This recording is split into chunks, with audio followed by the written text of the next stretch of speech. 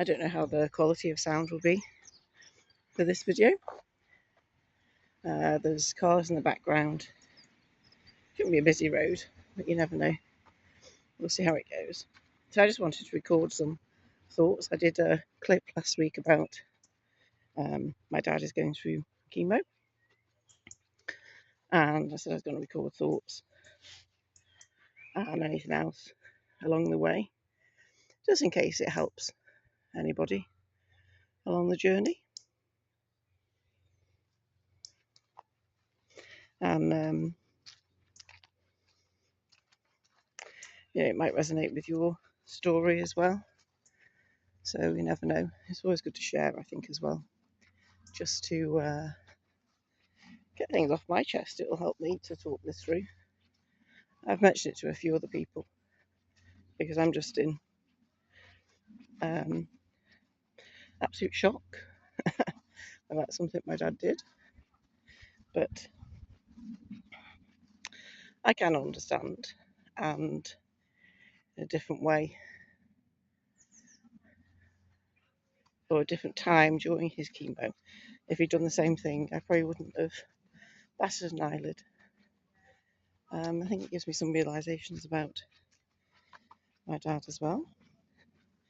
So basically, last week was his second round of chemo, and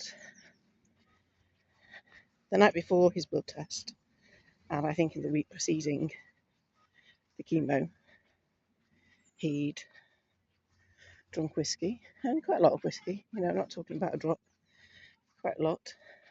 I hadn't realised until I commented on a poster that had been in the hospital about alcohol, and he let slip that he'd had some, and I thought, okay, fair enough. I thought at least he won't do it tonight, the night leading into chemo, when it's best to have your body at rest, allow it to do its own work that our bodies naturally do, prepare the liver for this invasion of poison that's going to be put into the body. And became quite apparent the next day, just before we went for chemo, that he had in fact finished the bottle the previous evening. So I was more shocked than anything, and I repeated what we'd seen and what we'd been told about how alcohol can affect the body before, during, and indeed after chemo. Repeated them, and he said he's well aware of the effects, well aware of what it does in terms of the effectiveness of chemo, and also how it impacts the body, because chemo is processed through the liver, and obviously the chemo is processed in the same way that alcohol will be processed. Alcohol will inflame the liver and make it harder for it all to be processed. So I have no idea what he was thinking. Maybe he wasn't thinking, and I can understand that. But he said, no more now, the bottle's gone, and there won't be any more. Unfortunately, I know I can't trust my dad's words, because he said many a thing before. If you've been watching my channel, you'll have seen other clips where he's promised, I don't think I'm going to drink of the week, I'm going to just drink of the weekend, and promptly brought out alcohol the first weekday we came to, and then laughed about it. I don't remember saying that. So in public, he says the right things. The first time I went for chemo, he said to the nurse, do you like a whiskey? But I've stopped. That will be stopped now. So in public, he'll say it, and then obviously his actions will be completely different. And any other time, as I said to other people, any other time of the chemo process, I think there's probably a week of grace in the 3 weeks between each session of, you struggle, and then your body's getting better, and then you're preparing your body for chemo. So maybe a middle week is a time if you really desperately need alcohol in your system. That's the week to let yourself off the hook. And I reminded him that, if my mum had done this during chemo, he would have gone absolutely mad with her, absolutely, in a very controlling way. I reminded him of that.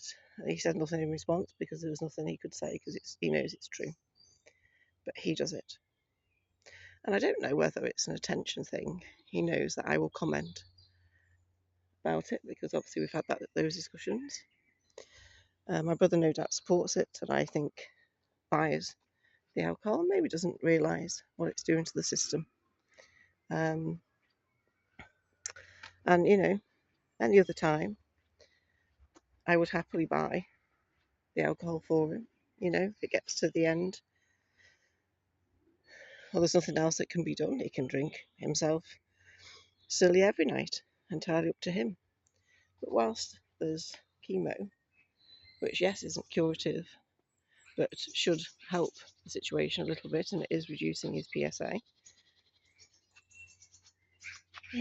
Whilst that is happening, why would you jeopardise your health and your body? I didn't realise he was so in need of alcohol. I didn't get it. Didn't realise it was such a need for him. So that's a learning for me.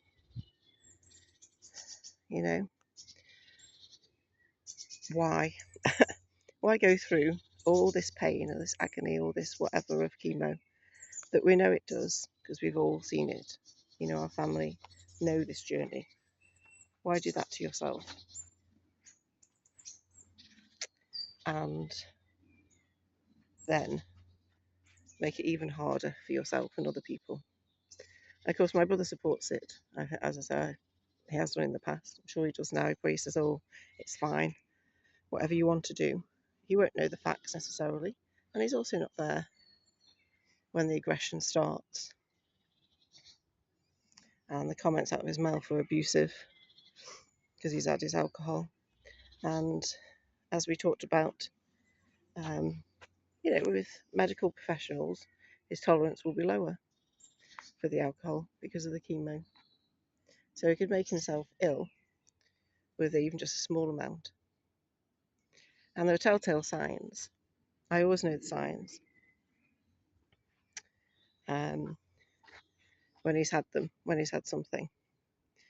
You can tell it in the morning. You can tell it if he's drunk in the day. I know when I've come home. And sometimes I've come back early, out of the usual timing, just in case. His mobility isn't great, so there's that effect as well. And it's just, I think, madness at this stage. I don't believe him when he says he won't do it now. That's it. The bottle's out the way. Wouldn't put it past him to hide the bottle. My brother to buy it and for it to be hidden. But if he's doing that in the safety of his bedroom at night when he's already lying down, then that's one worry off my mind because he has fallen before due to excessive drinking, and I can't pick him up on my own. So it would be my brother or it would be paramedics. And that's another pull on the system. So I just wanted to express that. Now I step back, and I've said that to him. He said, "Well, I don't want any reminder of this." And I said, "Well, it's your body and your choice." So I will step back. I will step back from other things that I've been trying to get him to eat and drink to boost his immunity, which he's completely slagged off when my brother's been there. He is a narcissist, so he will do as he wishes, and he will blame everything on everybody else. and he does have his flying monkeys, so I have to be very, very careful of what I say, where I say it, and who I say it to. Even the things I don't say, the looks I don't give, looks I do give, it's all twisted. But I can't believe when there's other people out there desperate, I think, for chemo, desperate for something to help, and there he goes and jeopardises his chances just the night before chemo. And I say any other time, I maybe wouldn't make so much fuss. I don't think I would, actually. I'd just go, okay, fine. But the night before, poison is going to be injected into your body.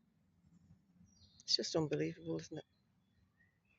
So then my thoughts. I don't know if anybody else has. If you have thoughts against it, then feel free to comment.